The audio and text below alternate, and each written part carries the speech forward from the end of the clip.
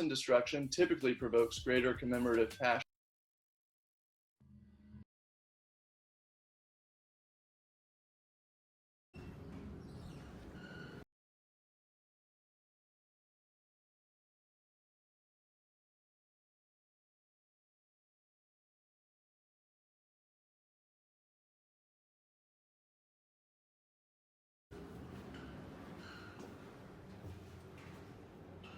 Is why I exist.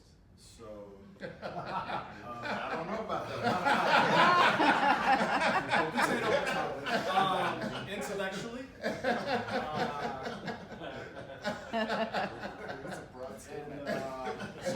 so I was a little nervous to be doing this, especially following him, because during my dissertation, and all of you probably have experienced this, where there are certain books you sleep next to because you hope that it's going to be absorbed. He's like, oh my God.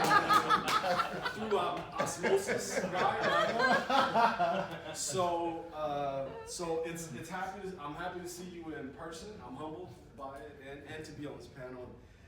Thank you for inviting me. Now, I'm really gonna be more of a narrator of this.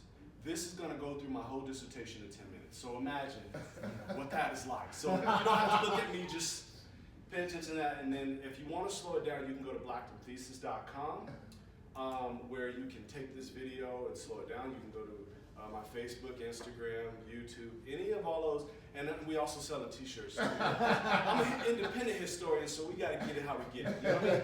So, okay, so I'm gonna get started with what we will cover, okay?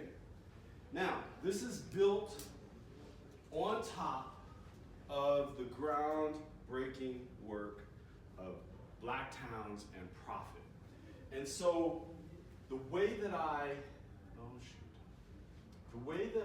have, this is a Mac. I'll get it. There we go. I built in time just in case that happened, actually.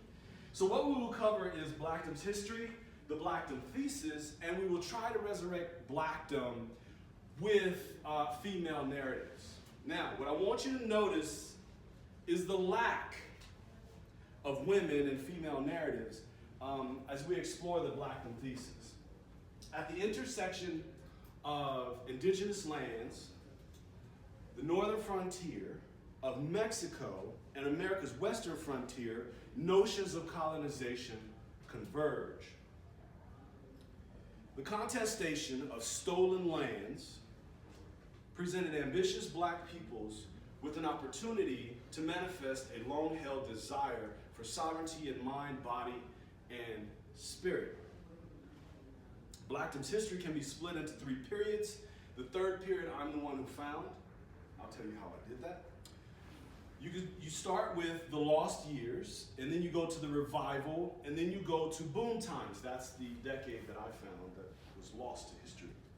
When presenting Blackdom's history from 1903 to 1929, the lost years are really not lost at all, except there's no public record of an asserted effort of Blackdom in this period, except for the incorporation of the Blackdom Townsite Company. So this presented a problem, especially when you're trying to write a dissertation. Now, there could be many reasons for the loss of cohesion amongst the Blackdomites. I present one in the Blackdom thesis. The revival of Blackdom, I just want you to see this real quick. The revival of Blackdom in 1909 had many motivators, and the key to Blackdomite success was their virtual existence and duality as people in Chavez County. As you can see, New Mexico to have a nigger town. On one hand, Blackdomites would cross municipal lines into Roswell, Dexter, and Artesia. The nebulous spaces created by frontier conditions provided opportunity for the ambitions of Black people to flourish. So on one hand, they would go into southeastern New Mexico and work as domestics, but then they would cross into the borders of the municipal boundaries of Blackdom and become frontierists and founders. Coincidentally or not, as the idea of Blackdom matured into the Blackdom Townsite Companies Incorporation, Du Bois' Souls of Black Folks was published in the same year. In this groundbreaking work, Du Bois gave us a nugget of the sacred knowledge held by the Black and illuminated. And so what you see here in this particular article is the amending of the charter. The year before that, they got a school. Coincidentally or not, when boom times came to the Blackdomites in Chavez County, it was during the period historians accept as the Roaring '20s. And this is a 1919 December newspaper. That's the front page, and that's the page that shows the Black Memorial coming up. Coincidentally or not, when boom times came to Blackdomites in Chavez County, it was during the period historians accept as the Roaring '20s. Blackdomites incorporated the Blackdom Oil Company and realized the dream of generational wealth and social mobility, which has it at its roots Ethiopianism of the 18th century rather than exodusterism of the 19th century. The Blackdom thesis lessens the dependence on exoduster archetype to explore something new with Black people at the turn of the 20th century. The manifestation of Blackdom in 1903 was a peak in a continuum, and you can see here how I set it up. Just idea registered, an idea nurtured, an idea matured, and then a death of an idea. Now, there's also a resurrection.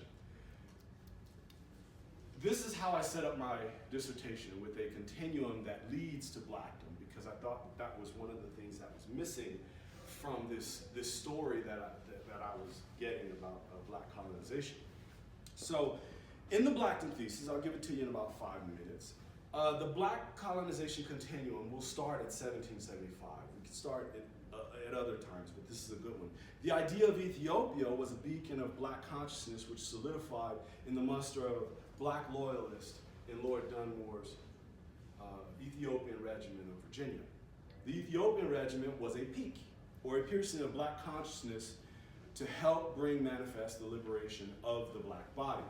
Black bodies, in order to be liberated and stay sovereign after revolution, the experiment required an army to protect it. Loyalists modeled Ethiopianism in person, practice, and in places like Nova Scotia, Sierra Leone, West Africa, during this period.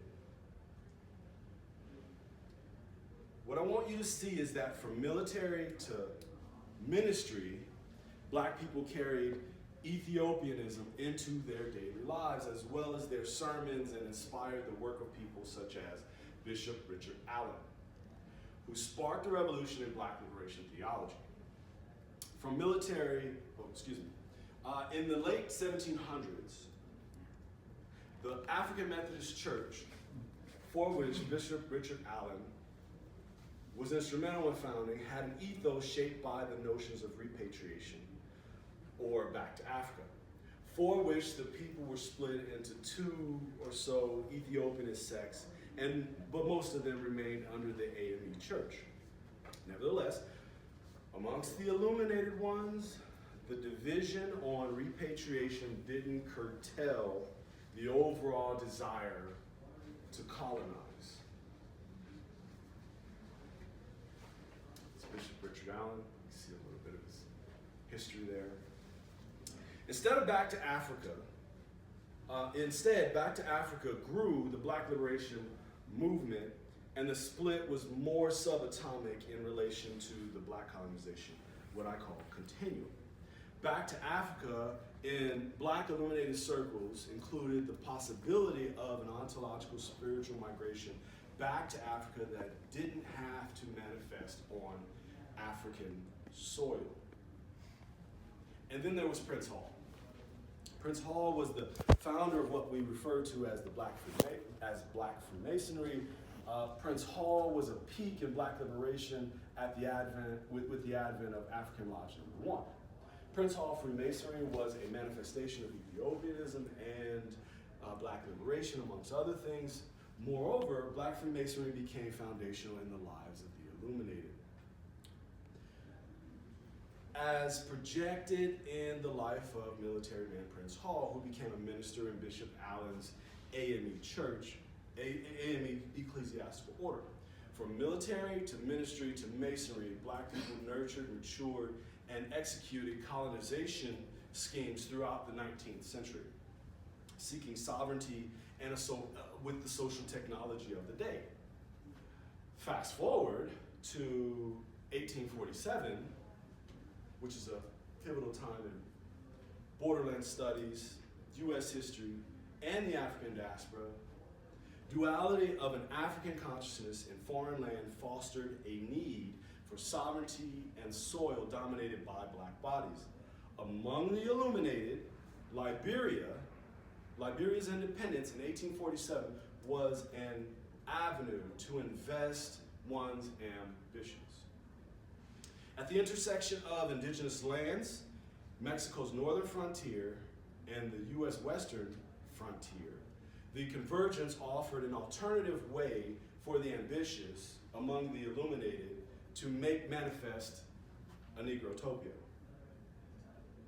Black institutions that nurtured Ethiopianism, religious communion, as well as military defense and assault tactics, continuously matured and progressed into the 20th century. Blackdom was simply a peak in that continuum. And what